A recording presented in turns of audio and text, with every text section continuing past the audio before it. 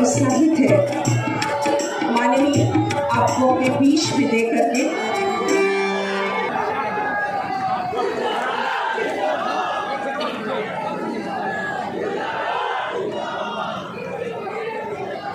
नमस्कार। परम आदरणीय ये सभी के प्रेरणा स्रोत माननीय मुख्यमंत्री उत्तर प्रदेश योगी आदित्यनाथ जी का पतित पावनी गंगा के किनारे और उसी महान परंपरा का निर्वहन करते हुए हम अनुरोध कर रहे हैं श्री अजीत कुमार सिंह जी पर माननीय मुख्यमंत्री जी के लिए और स्वागत के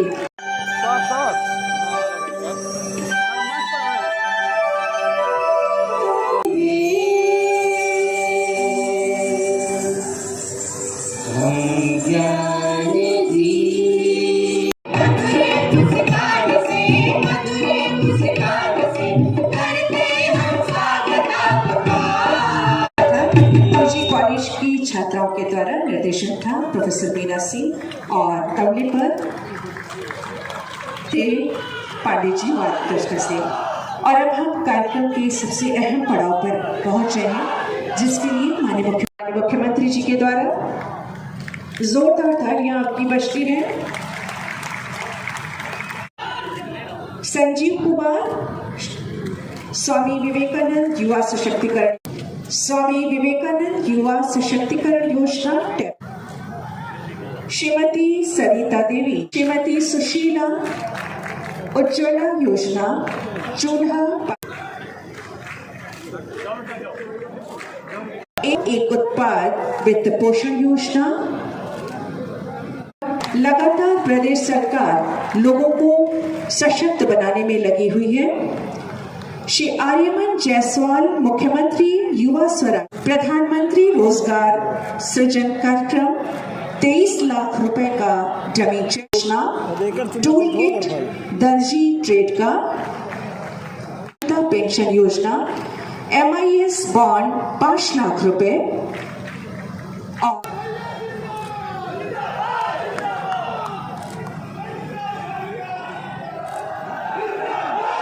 बहुत बहुत धन्यवाद सहयोगियों का इस शुभ अवसर पर। अतीत इस गाजीपुर जनपद का कितना गौरवशाली है। जब महर्षि विश्वामित्र के यज्ञ में राक्षस विघ्न बाधाएं डालने लग गए थे, तब रामचरितमानस की पंक्तियां आप सबको भी याद होंगी कि गादी तनय मन चिंता व्यापी, हर बिनु मरहि न निश्चर पापी। सोचा था विश्वामित्र ने, और महर्षि विश्वामित्र के ही पूज्य पिता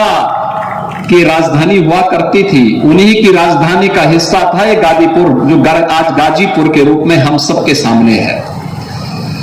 भारत के इतिहास को बनाने वाला जनपद, भारत और आर्यव्रत से राक्षसों का समूल नाश करने का संकल्प लेने वाला जनपद, और इस गाजीपुर का जो संकल्प था, यहां जन्मे और जिन्होंने अपनी कर्मभूमि के रूप में गाजीपुर को उस समय गादीपुर के रूप में एक नई दिशा दी थी, महर्षि विश्वामित्र की परंपरा का यह जनपद महर्षि विश्वामित्र नहीं होते तो क्या आर्याव्रत की दो ताकतें अयोध्या और जनकपुर क्या एक हो पाता? आप सब का अनुमान करिए कि जनकपुर की सभा में तो अयोध्या को निमंत्रण ही नहीं था, सीता स्वयंवर में अयोध्या को निमंत्रण नहीं, वहां पर तो महर्षि विश्वामित्र माध्यम बने थे राम और लक्ष्मण को ले जाने के, और आर्याव्रत की दो ताकतों को जोड़ने का काम हुआ था, क्योंकि महर्षि विश्वामित्र इस बात को जानते थे कि रावण के राक्षस बक्सर तक अगर पहुंच चुके हैं तो इसका मतलब आर्याव्रत खतरे में है। और उस खतरे को सबसे पहली बार किसी ने पहचानने का प्रयास किया था, वह नाम था महर्षि विश्वामित्र का। और भाइयों बहनों, राम राज्य की स्थापना का शंखनाद किया था उस समय इन पूज्य ऋषि मुनियों ने, और उस परंपरा के साथ जुड़ा हुआ है ये जनपद। आज मैं अभिभूत हूं कि इस गाजीपुर जनपद में शिक्षा की अलख जगाने वाले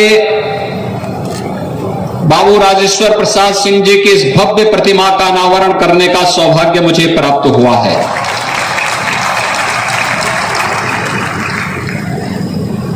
मैं इसके लिए उनकी स्मृतियों को नमन करते हुए उन्हें विनम्र श्रद्धांजलि अर्पित करता हूं और महाविद्यालय परिवार को इसके लिए हृदय से धन्यवाद भी देता हूं। बाबू राजेश्वर प्रसाद सिंह जी देश की आजादी के पूर्व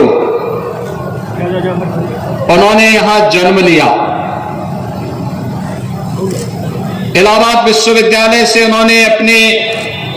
स्नातक और लॉ की डिग्री लेने के बाद यहां पर अपनी नियमित प्रैक्टिस करना शुरू किया और जब ये देश प्रथम स्वातंत्र समर की शताब्दी महोत्सव आयोजित कर रहा था 1957 में गाजीपुर डिग्री कॉलेज की स्थापना की, जो आज पीजी कॉलेज के रूप में लगभग 10,000 छात्र छात्राओं को उत्तम शिक्षा का एक केंद्र बनकर के पूर्वी उत्तर प्रदेश के गाजीपुर जनपद के लिए शिक्षा का एक स्तंभ बना हुआ है। बाबू राजेश्वर प्रसाद सिंह जी से हम लोगों के आत्मीय संबंध थे। ये संजोगी है कि महाविद्यालय पहले गोरखपुर विश्वविद्यालय से संबद्ध था और जब गोरखपुर में विश्वविद्यालय की स्थापना 1956-57 में हो रही थी, तब गोरखपीठ ने अपने 2 महाविद्यालय देकर के गोरखपुर विश्वविद्यालय की स्थापना की थी और गोरखपुर विश्वविद्यालय के साथ महाविद्यालय का जुड़ाव बाबू राजेश्वर प्रसाद सिंह जी का इस नाते गोरखपुर विश्वविद्यालय और गोरखपीठ के साथ जुड़ाव का जो क्रम चला, उन्होंने आजीवन उसका निर्वहन किया। देश और दुनिया में शिक्षा के क्षेत्र में कहां क्या कुछ हो रहा है, उसे वह बड़ी सहजता के साथ, पूरी तन्मयता के साथ लग करके गाजीपुर पीजी कॉलेज में ला करके उसे स्थापित करते थे और जब वे यहां स्थापित करते थे तब आके गोरखपुर में हम लोगों को ही बताते थे कि मैंने अपने यहां ये कर लिया है, आप लोग भी इस मामले में थोड़ा कार्य कर लेंगे तो बच्चों को बड़ा लाभ हो जाएगा।